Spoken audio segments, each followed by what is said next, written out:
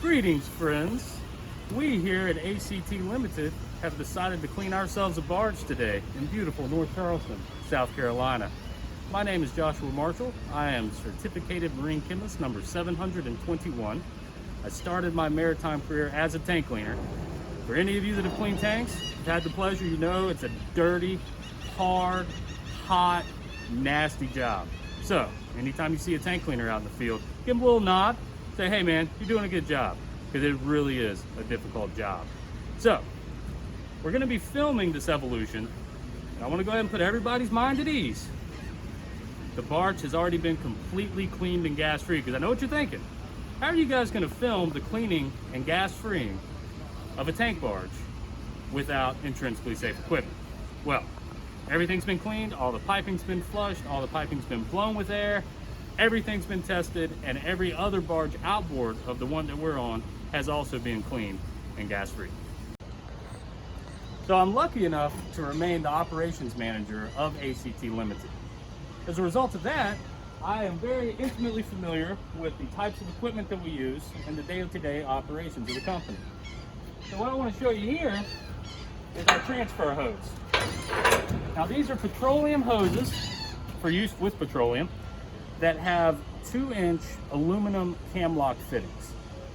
What's important about these is that before these are crimped on, there is a helical wire within this hose that is exposed and then connected to this end. At the other end of this hose, there is a female cam lock fitting, and the same wire is connected to that end. So that means that the connection between this end and that end is electrically continuous, okay? So whenever you connect another hose to this hose, then this hose is bonded to that hose, because that hose also has the electrical connection going all the way through it, until the hoses terminate on the pier at a tanker truck, the vacuum tanker, that is then grounded at the pier. Next thing I want to show you is the type of ventilation we're going to be using today. Now, until a space is certified atmosphere safe for workers, you can only use explosion-proof equipment. Okay? And if you want to look it up, that would be 1915.13.9. So, what we have here is a Venturi air blower. And the way these work, it's essentially exactly how it sounds. You have compressed air coming in.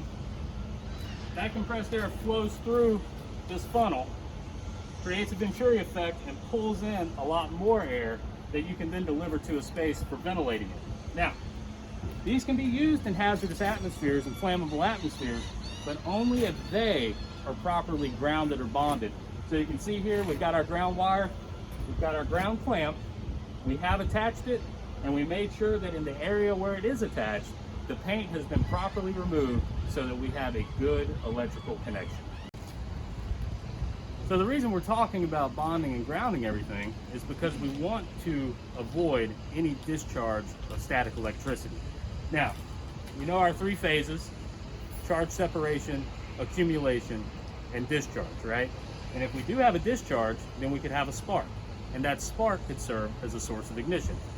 We want to avoid that. So what's charge separation? When we have 2 dissimilar materials moving past one another, then we can generate a charge. So in this case, we're going to have water and oil moving through this hose. We want to make sure that that, in conjunction with the air moving through and the fluidized liquid particles, if that generates some static electricity, that current or that charge is moved through the hose to the tanker that is then grounded at the pier.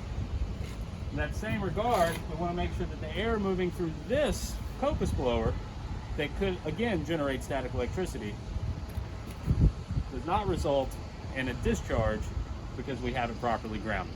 Today our goal is to clean this barge in accordance with NFPA 306 5.1. And as such, we have to flush or blow with air or blow with steam all of the cargo piping going to all of the cargo tanks or any space that is involved in the scope of work. Now I have a friend with me today. Come on over here, Elliot. How are you, sir? Very good, Josh. How are you? I cannot complain a bit. So Elliot here and I have been working together for how long? 10 years plus? Yeah, at least 10 years. And we have cleaned a lot of tanks together. Elliot is by far the most prepared and proficient tank cleaner that I have ever met. If you need something, Elliot's got it. You don't believe me? Just ask him. I promise. So, what Elliot's going to do for us today is he's going to describe what it is that he's got going on here and how he intends to go about gas freeing all the pipelines and then subsequently the tanks on this tank barge. Elliot? Okay, so we have a connection and fitting here from a water hose going to the gate valve. We will turn the water on, opening the gate valve, and then verifying on the ball valves that they're opening each one individually, and then looking inside of the tanks, verifying that we have water going through that we can physically see, and then once that's occurred, we close it and go to the next. After every one has been opened and closed, we turn the water off and disconnect. I am pleased to introduce everyone to our Marine Chemist trainee, Patrick Barringer. Patrick is also a lieutenant in the United States Coast Guard Reserve. He sailed as an engineer, he was a shipboard gas-free engineer, and most recently, a port engineer for one of the Coast Guard's largest assets, a national security cutter. So, Patrick is going to be talking to us a little bit about personal protective equipment today, because sometimes chemists are called to certify a space for tank cleaners prior to the space having been cleaned. And when they do that, they have to specify conditions of time restrictions, clothing, and personal protective equipment.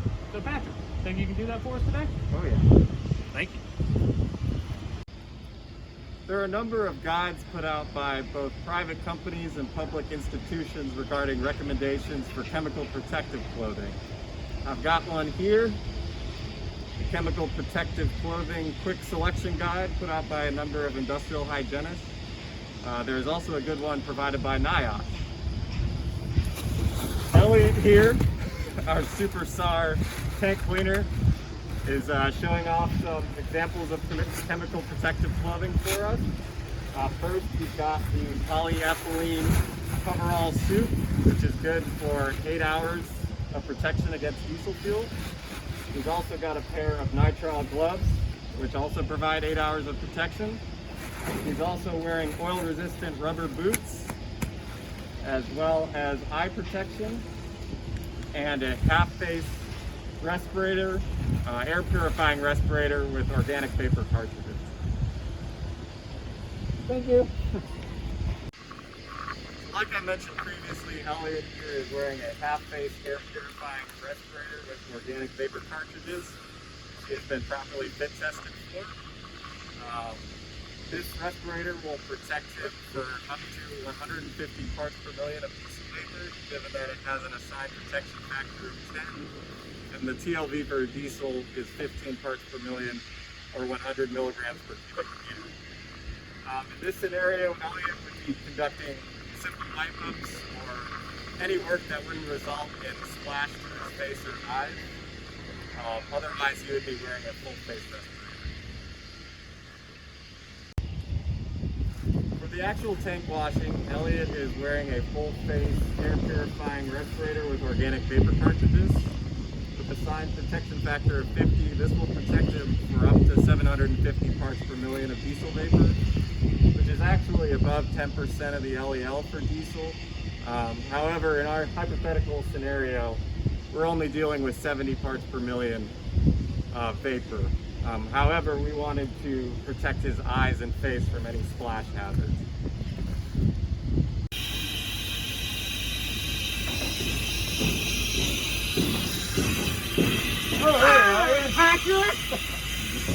So another option for respiratory protection is the air supplying respirator.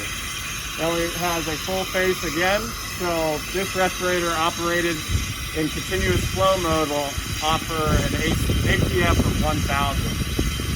It's generally used for cleaning and opening sewage tanks, but we just wanted to show this particular respirator off. An important note for these respirators, you want to watch where you're stepping with the hose. Don't do that! You don't want to cut off somebody's air. So this is providing a clean, breathable environment for the worker. We'll come over here and look at the box.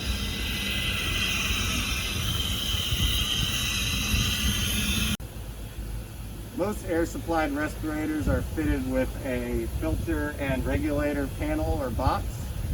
And like the name suggests, it has a number of filters to filter out particulates, oil, and moisture. It's also fitted with a carbon monoxide detector. This portion is very important. When using these respirators, you want to ensure that your source of air is not near any engine-driven equipment, as well as if you're using an engine-driven compressor, you want to make sure that you're not compressing the carbon monoxide and feeding that to the worker.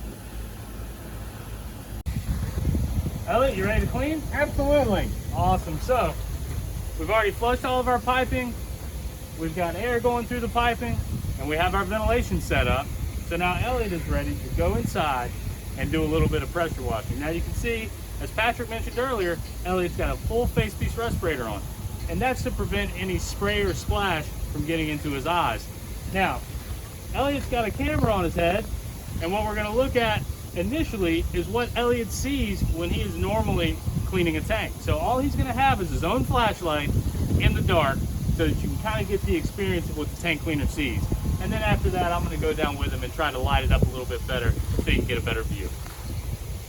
Okay, you're good to go. Yep.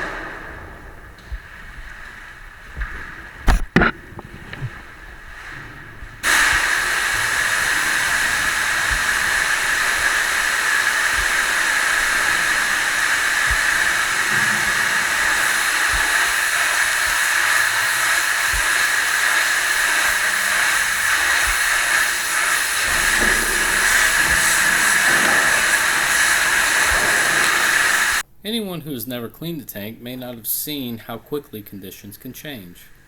Elliot's cleaning a diesel barge. Any remaining product, any rust, any scale that he hits with that pressure washer, producing 3,500 psi, will become atomized in air. It's going to become splash, it's going to bounce off the bulkheads and the overhead, and eventually it's going to find its way to him and his face. And that's why it's so important for him to have a full face piece respirator on.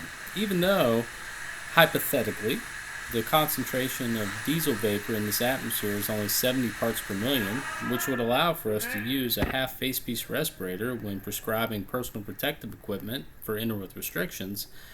If we know that Elliot's going to be using a pressure washer, we know that he's going to be disturbing all of this stuff, then we have to know that it's going to make its way onto his skin if any of it's exposed, and it's going to get into his eyes if his eyes are not protected. So we just wanted to give everybody an idea of what it looks like when people actually pressure wash the insides of these tanks, so that when you are prescribing personal protective equipment and you're only prescribing a mask based on the concentration of a particular contaminant within the atmosphere, it's important to note that contaminant may be fluidized and liquid, bounced off of bulkheads and overheads, and eventually end up in the tank cleaner space.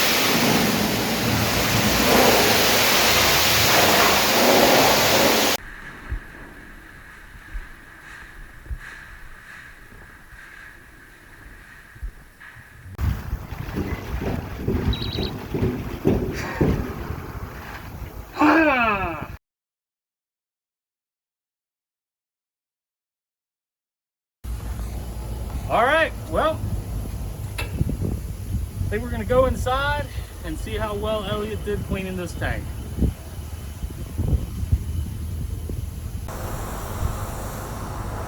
What a big flashlight you have.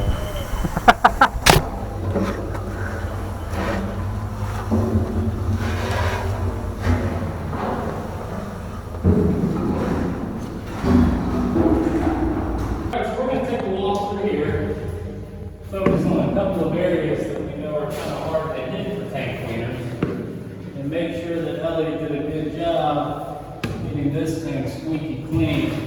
But while we're at it, we notice the opening for the vent line. We can verify that that's not obstructed.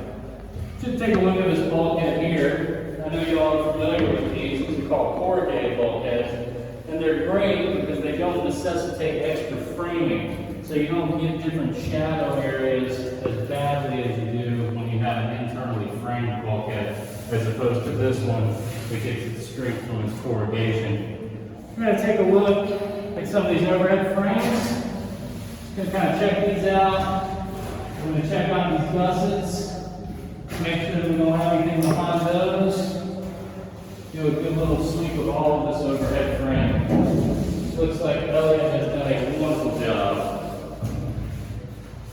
The import bulkhead between this cargo tank and the one that's adjacent to it is also corrugated. So we'll take a look at all of the framing along it and just make sure we don't have any shadow areas that got missed. We're going to have to come down and look below it as well. Make sure that we don't have any issues here. Now, this is our drop coming into the tank and going all the way over to the sump. We're going to take a look at it, make sure that there's no products that's stuck under. Now, as a tank cleaner myself, I know it's hard to hit, and it's hard to get down on your knees and leave a pressure washer coming up. It's even harder when the only gun that you have is 3 feet long. It looks like we just got rust here. No product trapped on the bottom of that pipe. This is the swash bulkhead that's going to get us into the forward section of the tank, and again, it is also corrugated, making it a lot easier to clean.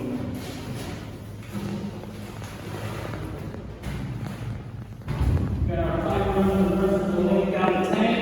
Looks like it's all nice and dry and rusty.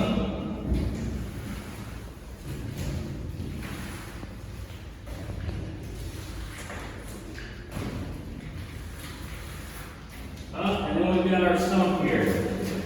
Now, the problem that we have is that we want to blow these cargo pipes in there. That's going to be a little bit difficult to do right now because the sump is full of water. And so there's no way to get any air into that cargo pipe now. So I guess after Elliot got done washing, he must not have fully sucked the sump out, or all of the water that he used trickled down and filled this sump up. These barges used to have a stripping system with a pipe that came into the sump aside from this drop line here, but that's been deleted and those have all been welded shut. Anyways, take a little look around, look at some more of this overhead framing. I would say that Elliot did an excellent job. This tank is completely free of product. My instrument indicates that we have so it looks like it is clean. Now I'm going to draw your attention to a couple other things before I get out of here. One, this Butterworth hatch, or fixed tank washing hatch, has not been removed. And as such, it has a solid gasket that also has not been removed. These are notorious for trapping product. So we've come in and we've cut this open so that we can make sure that there's no product trapped between this solid gasket and the hatch cover that's above it. So looks like we're all good there. Nothing inside, nice and dry. And lastly, this ladder is made out of 2 pieces of pipe. And of course, those being hollow structures, should they have been breached at some point in this barge's life, they could fill up with product and then subsequently leak it back out. So for certifying this particular tank for hot work, aside from checking all the piping, the adjacent spaces, the space itself, we would want to make sure that these 2 hollow structures were completely intact. If we had any doubt whatsoever, we would need to use a pneumatic drill a hole in the bottom and the top, let them drain, and then blow them out, flush them out with water. That's it. Looks pretty good. It is my pleasure to introduce Mr. Matthew Gillespie, Certificated Marine Chemist number 737. Matthew started his maritime career at the age of 18. He's been a shipyard competent person, he's been a ship superintendent, and he's even been a tank cleaner down in the Gulf cleaning barges, which I'm sure was a really interesting time. So today, Matt is going to take us through all of the piping that we have here and how to treat it to make sure that it is safe for the piping itself to have hot work conducted on it, but also for the spaces in which that piping terminates to have hot work done in them. Hey, thanks for the introduction, Josh. So I want to talk with y'all about the cargo piping system. So I want to talk about some of the components that we see generally in a system. I want to talk about Chapter 5 and NFPA 306 and some of the regulations that we have to use. And then I want to talk about this particular barge and some of the components that we see up here. The manifold is what we use for unit and transfer from shoreside or other vessels to the buoys. From there, we have drops off of the main line, and they drop vertically into the tank. That's how the product gets to the tank. The strip-in lines are a separate system that we use to most efficiently remove any remaining or all product from the tank. The gauging systems that we'll see often on board these vessels are either going to be sounding tubes or TLIs. Venting is also another important thing to think about. Those are the lines that we use to keep the equilibrium for the pressure inside and outside of the tank. You'll see common and independent vents on these kind of vessels, either one or the other, depending on the vessel. Another item to remember and be cognizant of are the heating coils. Those are what we'll use to keep highly viscous products in a state that's easy to transfer. Also, we want to remember inert gas lines that, though not on this barge, we'll see on a lot of barges, and vapor recovery and control lines. So Chapter 5 of NFPA 306 spells out for us a few regulations that we have to abide by. One is that all the related piping to these cargo tanks must be flush with water, blown with air, or steam. An example of these are the cargo piping themselves, the vents, or the stripping lines. We also want to think about the heater coils. Steam coils in these cargo tanks for hot work to proceed must be inerted, flush with water, blown with air, or steam. With certain products, we must take particular care about incompatibility with water. Another thing to keep in mind are thermal oil coils. These coils, the Marine Chemist, must be satisfied to their integrity, and they must be full, and you should see the head tank having oil in it. So I wanted to take a few minutes to talk to you about this barge in particular. Now, this barge is a little bit simpler than some of the ones you may deal with on a regular basis, but for the purposes of our demonstration, we'll use these components to illustrate what we're going to do. This is the header. Again, as we talked about earlier, this will connect to either shore or another vessel, and this is how we're going to introduce the product to the barge. It goes to both sides. From the header, we connect over here to our main line, and then we go to our drop. The drop is the component that's used to actually drop, for lack of a better term, product into the tank. It's a straight vertical dive. From there, I want to show you the vents. This vent is an independent vent. Each individual tank has its own separate vent. This particular barge, other barges or vessels may have common vents.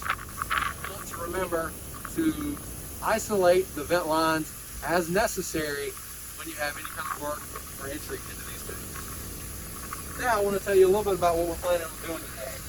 We've got this cherry blower here that we're going to use to introduce air into the cargo tank, and it's going to go to the sump, through the line, out, and we're going to be able to blow the cargo lines. And that's how we're going to end up testing this. I'm going to put a bag on the end of this, not that we normally do that, but just as a way to show you that the air is actually traveling through the lines. We know at home or at your office where you are right now, you're not going to be able to fill the air. So this line was previously flushed with water, but we are going to blow with air right now. As you see, there are various components on this system, various valves that can trap product, and we've got to be careful about that. So I want to jump to David Miller and let him give us a little bit of knowledge on that. I am here with David Miller, Certificated Marine Chemist number 663. David is a graduate of Purdue University with a degree in chemical engineering, and after he did that, he went on to operate a tank cleaning plant on the Mississippi River. David now owns the mobile tank cleaning facility, ACT Limited LLC in North Charleston, South Carolina. So we assumed that he would probably be the authority on different types of valves, how they function, how they fail, and what sorts of things they could trap. Now, as a side note, David is also my father-in-law, but most of you probably don't know that because he generally tends not to admit it. Thank you. Of course. The first valve we're going to talk about is a globe valve. Globe valves are generally used in throttling situations where they regulate the flow of the fluid through the valve and the pipeline. They are not particularly good at on-off or positive sealing of the fluid. The disc has a beveled area that is used for the throttling, and this is the stem of the valve. The disc puts down into the part of the valve that it's used to control the flow by going up and down. As far as globe valve, not so much worried about trapping some liquid, but it can trap liquid in the bottom of the valve, which it would be sitting like this, and you can see that there's an area down here that could trap liquid in the valve. Second valve we're going to talk about is a ball valve. These are useful for on and off flow control of the fluid. They are not to be used for throttling. They do not work with throttling very well. As you can tell, when it's open, it has a full pipe diameter of flow going through it. So it doesn't impede the flow of the product going through the valve. These are good for on and off, but the problem with ball valves is the seat gets worn by rust and things in the valve itself, and the seat or the polymer that holds the ball in gets worn, and it allows product to go through the valve, which is a problem when you're trying to do positive sealing of the liquid in the pipeline. Third valve we're going to talk about is a butterfly valve. The butterfly valve is used for on and off control of the fluid through the pipe. The difference between a butterfly valve, which has a wafer, as opposed to the ball valve that has full flow through the valve. This wafer tends to constrict and impede the flow through the valve. The problem with butterfly valves is that while they're good for on and off, trash gets into the seat of the gasket and injures the gasket material and allows flow through it even in the closed position. So these valves are a high maintenance item, and they also do not do real well on off in containment of the or positive blockage of the flow. Okay, the next type of valve that we're talking about is a check valve. Check valves are used to dictate a one direction flow through the valve and not allow anything to back up. It is controlled by a flapper in the valve that pushes the fluid pushes the valve open, and then when the flow stops, it goes against a seat and prevents backflow. On all check valves, there is a direction of flow that you can go coming in and going out for the arrow. Again, on every valve, there is a direction of flow. These flappers fit into the valve like this, and there's a pin that is used to hold this flapper up, and it, as you can see, prevents the flow through the valve. The product can get trapped in these valves in this area down here, and it's very difficult to get it out of the valve body itself. They have to be disassembled and wiped out from the top. Okay? Yep. The last type of valve that we're going to be talking about is a gate valve. This is by far the most common valve used on barges and ships. It is a valve that is designed simply for on and off, either open or closed, and not for throttling It is a very poor valve for throttling of the liquid. So it is used either open or it's closed. The gate valve, as you would expect, has a wafer that fits into the valve seat.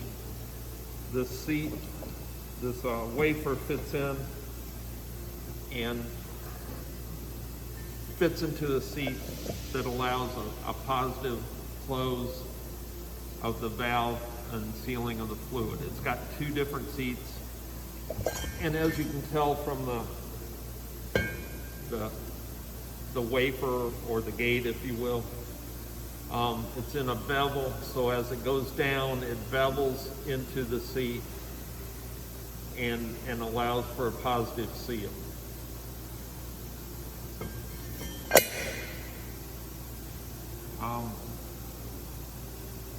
When dealing with these valves, you always have the possibility of liquid being trapped in the bonnet area of the valve and in the area underneath the seat. Of course, I can't get it up.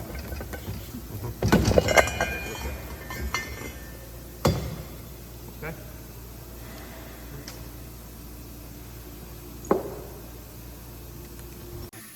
The final note, I would like to thank Mr. Ira and Mr. Wall for tearing apart and setting up this display so we could have an orderly way of doing a presentation of the valve. Thank you all very much. Thank you. So, David didn't have one of these in the shop, but we wanted to take a minute to show you a strainer. A lot of the cargo piping will have these strainers on board. You can see the basket right here. But it's also important to be mindful, this is another spot that you're likely to see trapped product that you need to open during your inspection, because a lot of times anything that you've blown or flushed through here will have left product behind. So what we've done here is we have isolated the tank from the other tanks. We closed the valves on the drops, and we've installed this blower right here, and we've put bags in the vent and on the header. And what we're going to do is we're going to open the air and use this as a demonstration just to show you the air's coming through. Afterwards, we will take these off and we'll test the lines. To the air.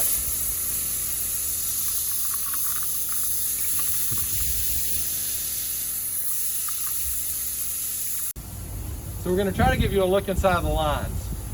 This is a gate valve. As David told you earlier, you can see this would be a good area to check for any remaining product. But we're going to leave the air on the line, and we're going to test it. We're going to move this out of the way so you can see kind of what's going on the inside.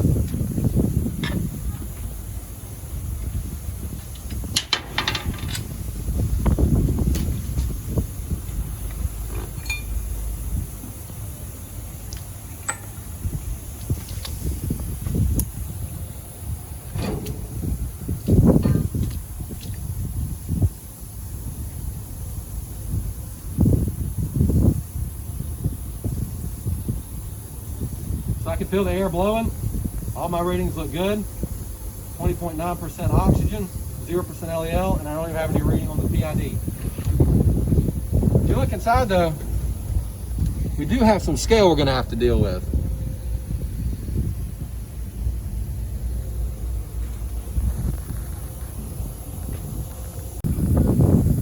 So we pulled this ball valve out of line here on the drop. There's another place that we want to double check and be sure we don't have any residual. If you'll show here, see how it's actuated as David showed us earlier. So nothing's trapped.